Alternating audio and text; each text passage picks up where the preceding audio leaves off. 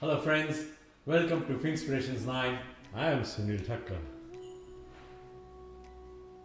In a historic move, Parliament passed the Constitution 128th Amendment Bill, commonly referred to as the Women's Reservation Bill, which provides 33% reservation for women in the Lok Sabha, state legislative assemblies and the National Capital Territory of Delhi. On September 21, the bill secured all votes in the Rajya Sabha, a day after securing near unanimous support in the Lok Sabha. It will now require the President's assent to become law. The passage of the bill marks a turning point in the Indian electoral democracy, which has long debated greater participation of women in political decision making.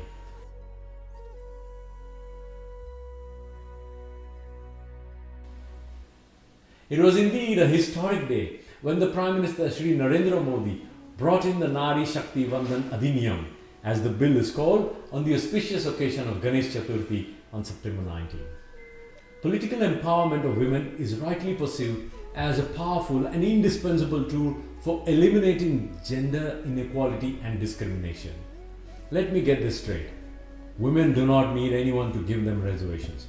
They are equally capable, if not more, than men. This bill is correcting a social inequality passed on over centuries of oppression by invaders over our once mighty Bharat. History, culture and tradition all point to India being the only one to not only respect women but also to worship them in many forms. Our tradition dates back a long way, where we worship women in the form of Saraswati, Lakshmi and Parvati, where Saraswati represents purity of true knowledge, Lakshmi signifies generosity through prosperity, and Parvati manifests pure devotion. All this got lost during the various invasions and colonialism of India for centuries. This bill only corrects the wrong done over those centuries. As I said earlier, this is not a favor to them. Women presently make up for nearly half of India's 95 crore registered voters, but comprise only 15% of lawmakers in Parliament and 10% in the State Assembly. Reservation for women in panchayats and municipalities have already been implemented since 1992. The second woman Prime Minister in the world was from India. Even before any Western, the so-called developed countries had one. In fact, even as of today, the largest democratic country in the world, the US, has failed to elect a female as the head of its state. Women will finally have a right to decide what is right for them. Way before women even came into the areas of so-called male workforce, they were accountants, chefs, chauffeurs, nutritionists, counselors, interior designers and therapists. They knew how to budget, cook and make balanced healthy meals for the family, drive children around, listen to and be able to advise the right course of action where required, made a home out of a house and always lent a listening ear to whoever needed it. Women today are already making a mark in various fields across the board, be it medicine, research, science, business, corporate world, sports, IT, education and other notable fields.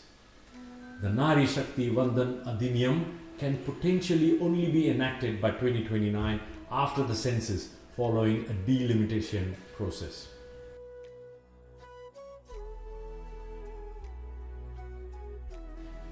Delimitation is the act and process of redrawing Lok Sabha and State Assembly constituencies as per the latest population data. Delimitation is seen as a necessary prerequisite for the women reservation to be implemented, since it cannot be arbitrarily decided which 1/3 of the seats will be reserved for women candidates.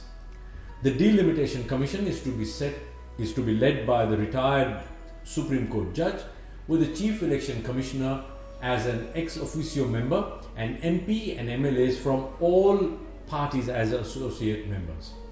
This will not only instill public trust in the process, but will also protect the final delimitation order from further judicial challenge. Since the delimitation was frozen after the census of 2001 until 2026, The next delimitation exercise could be conducted after the census in the year 2026.